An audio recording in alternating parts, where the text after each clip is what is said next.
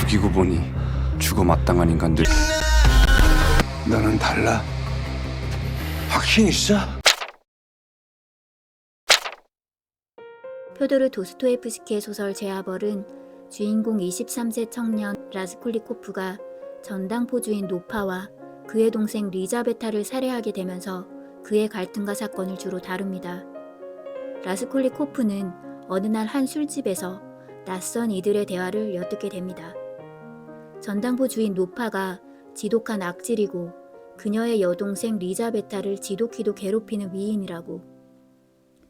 그녀가 죽게 되면 그녀의 전 재산을 수도원에 기부하기로 되어 있고, 그렇게 되면 수천 개의 선한 일을 기획할 수 있다는, 그녀는 죽어야 더욱이 세상에 이로울 것이라는 말을 듣습니다.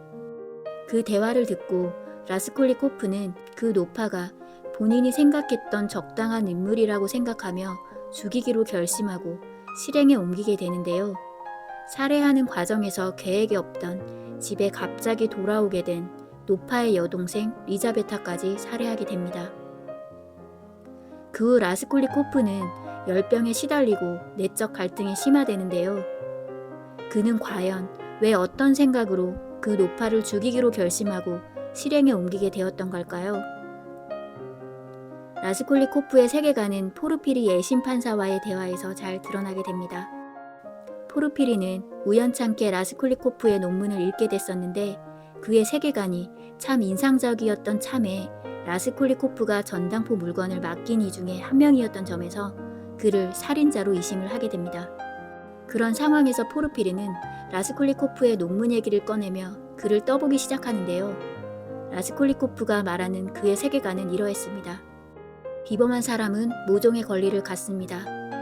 다시 말해 공식적인 권리가 아니라 그 스스로 자신의 양심이 허락하는 한 어떤 장애물을 뛰어넘을 권리를 갖습니다. 더욱이 오로지 자신의 사상, 때로는 전 인류에게 구원적인 것이 될 수도 있고 그것을 실행하는데 그것이 요구될 경우에만 그렇다는 겁니다. 케플러나 뉴턴의 발견이 어떤 복잡한 요인 때문에 그 발전에 방해가 되거나 그 여정에 장애물처럼 서 있는 사람, 한 명이든 10명이든 하여간 그 사람들의 목숨을 희생하지 않고서는 사람들에게 알려질 수 없는 것이라면 뉴턴은 자신의 발견을 전 인류에게 알리기 위해 10명 혹은 100명을 제거할 권리가 있으며 심지어 그럴 의무마저 있다는 것입니다. 하지만 그렇다고 해서 뉴턴이 이놈 저놈 아무나 내키는 대로 죽이거나 시장에서 매일 도둑질을 할 수 있는 권리가 있다는 결론이 나오는 것은 아닙니다. 예컨대 아주 고대부터 마호메트, 나폴레옹 등에 이르기까지 인류의 입법자나 제정자라 할지라도 모두가 하나에서 10까지 전부 범죄자였습니다.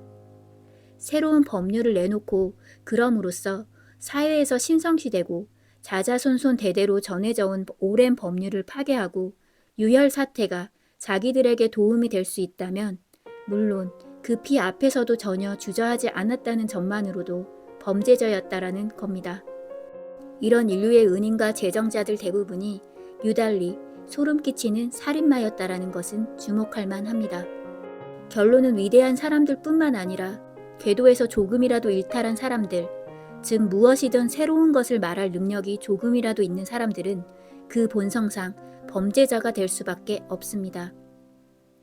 물론 정도의 차이는 있으나 어쨌거나 그렇다라는 겁니다. 인간이 자연의 법칙에 따라 두 부류로 나뉘는데 하나는 하급 부류, 평범한 사람들, 즉 오로지 자신과 비슷한 자들을 생산하는 데만 기여하는 말하자면 재료입니다. 다른 하나는 본질적으로 사람들, 즉 자신이 속한 무리에서 새로운 말을 할 수 있는 천부적 재능이나 능력을 가진 사람들입니다. 두 부류를 구분짓는 특징은 상당히 명확합니다. 첫 번째 부류인 하급 부류, 평범한 사람들은 대체적으로 말해 그 본성상 보수적이고 점잖은 데다가 순종하며 살고 또 순종하는 것을 좋아합니다. 그들은 순종할 의무가 있는데 그것은 그들의 사명이며 그런다고 굴욕감을 느낄 이유도 전혀 없기 때문입니다. 두 번째 부류는 전부 법률을 넘어서는 자들, 그 능력에 따라 파괴자이거나 그런 경향이 있는 자들입니다. 이런 사람들의 범죄는 물론 상대적이며 그 종류도 다양합니다. 대개의 경우 그들은 극히 다양한 성명을 통해 보다 더 나은 것의 이름으로 현재의 것을 파괴하길 요구합니다.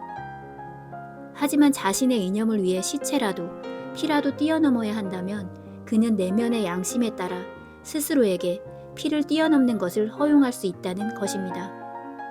즉 비범한 사람은 미래의 주인이며 더 나은 세상을 만든다는 자신의 이념을 달성하기 위해 온갖 범죄를 저지를 권리가 있다는 것이며 그것을 아무런 양심의 거리낌 없이 아무렇지 않게 뛰어넘을 수 있다는 것입니다.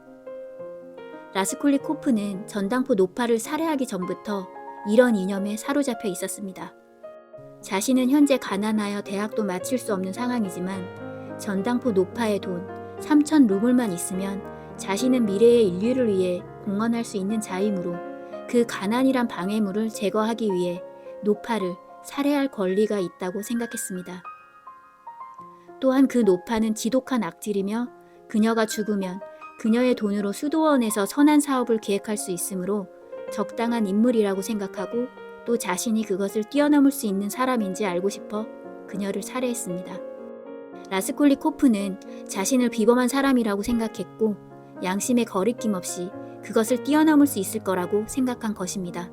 하지만 살해한 당일부터 라스콜리코프는 열병에 시달려 침대에서 며칠을 일어나지 못했고 또한 자신이 훔친 노파의 것을 어느 집 큰돌 아래 그것을 숨기며 무엇을 얼마를 훔쳤는지 쳐다보지도 못했습니다. 그가 살해했다는 증거도 없고 증인도 없었습니다. 하지만 라스콜리코프는 사람들에게 예민하게 굴었으며 심지어 반쯤 혼미해진 상태로 살해 장소까지 다시 찾아가 사람들에게 자신을 경찰서로 잡아가라며 소동을 부립니다. 라스콜리코프는 끝까지 자신은 죄를 짓지 않았다고 스스로 되뇌었고 하지만 이렇게 열병에 시달리고 자신이 이성을 찾지 못하는 것에 자신은 비범한 사람이 아님에 그의 지인들은 정신병을 의심할 정도로 정신 나간 사람처럼 힘들어했습니다. 이 소설에서는 살인을 한 후 라스콜리코프가 겪는 고통, 정신혼미, 열병, 예민함, 사람들과의 갈등을 주로 서술합니다. 결국 라스콜리코프는 이겨내지 못하고 스스로의 이상한 행동들 덕분에 포르피리에게 덜미를 잡히게 되고 견디지 못한 라스콜리코프는 스스로 경찰서로 가서 자신의 범죄를 자수하게 됩니다. 마지막 자존심인지 라스콜리코프는 포르피리가 아닌 다른 사람에게 자수합니다. 라스콜리코프는 끝까지 자신은 죄를 지은 것이 아니라 오히려 해로운 사람을 죽였으니 40가지 죄악은 용서받을 수 있다고 단지 죄책감을 겪는 것이 아니라 자신이 비범한 사람이 아님을 고통스러워한다고 자신에게 되뇌었습니다. 하지만 전당포 노파와 리자베타를 살인한 후부터 증인, 증거도 없었는데도 불구하고 그가 온갖 열병, 정신혼미 등 고통을 겪게 된 것, 이것이 스스로는 깨닫지 못하지만 살인에 대한 죄책감으로 스스로 벌을 받은 것이 아닌가 하는 생각이 듭니다.